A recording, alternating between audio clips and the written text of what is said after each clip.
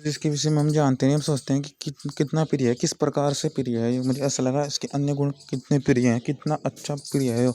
तो कितने प्रकार से विविधार से प्राप्त होती प्रकार ये अच्छा है, तो इसी प्रकार से उससे हमें प्रिय होने लगती हैं। जो जिसको हम जानते नहीं हमें प्रिय कर लगता है वह।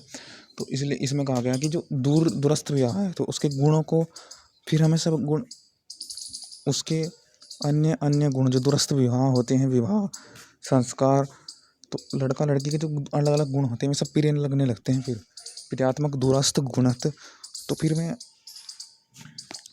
बता रहे हैं इसमें बात जो उसमें सब चीज़ अलग है जो उससे वह प्रिय होने लगती है। तो दूरस्थ विवाह होना, अब आगे देखते हैं।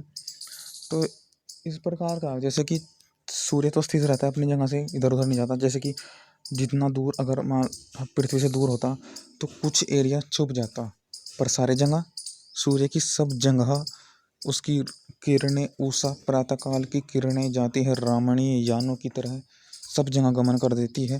तो मतलब हर हर कोने तक पूरी पृथ्वी में, ये नहीं कि इस कोने में बीच में या सारी जगह। तो इसी प्रकार हमें फिर हम भी ऐसे हो कि हाँ मुझे इससे कोई दिक्कत नहीं, दूरस्थ पदार्थ को मैंने जीत लिया।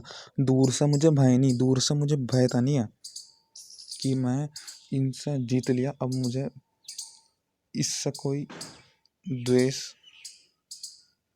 नहीं, आदि नहीं है। अब मैं निसंकोच होकर के इनको भी प्राप्त कर रहा हूँ, मतलब दूरस्थ चीज़ों को भी। जैसे कि कहा गया ऊपर सन्मुख से सब में युक्त होती है, अध्य भययुक्त भययुक्त अयुक्त युंगते, मतलब मैं इसके मार्ग में बाधा नहीं बढ़ रही। अब मैंने इसको जीत लिया, दूर की बाधा को मैंने जीत लिया। जो अपने होते तो जीते ही हम, उसमें तो कुछ दूर है, वही तो बाधा है कि हमसे कुछ उसके बीच में कुछ है, जो भी तो बात दूर हुई, मतलब उसके बीच में बाधा की दूरता है, उसके बीच में कुछ है। क्या है? जो भी है वही तो हमें उसके तो जाने नहीं दे रही, तो वही तो बाधा है। अब चले गए, अब तो कुछ है नहीं, अब खुशी है। तो इसलिए कहा गया कि दूर देश से उदय से उपरांत ऊपर सन्मुख समय युक्त थी, जिस प्रकार यह उत्तम ऐश्वर्य युक्त ऋणियानु से, तो वैसे ही अपने पतियों की सेवा करती है। जिस पवित्र व्रता स्त्री जैसे उषा से सब पदार्थों को दूर देश से संयोग होता है। कन्या पुत्रों का यथावत स्वयंवर विवाह करना चाहिए, जिससे कि दूर देश में रहने वाले मनुष्य से प्रीति बढ़े, उनके गुण सब अच्छे लगे, उनका लाभ ले, कल्याण करें। और निकष्ट विवाह दुखदायी होता है, कहीं कहीं देखा जाता ज़्यादातर। वैसे ही दूरस्थों का विवाह आनंदप्रद होता है।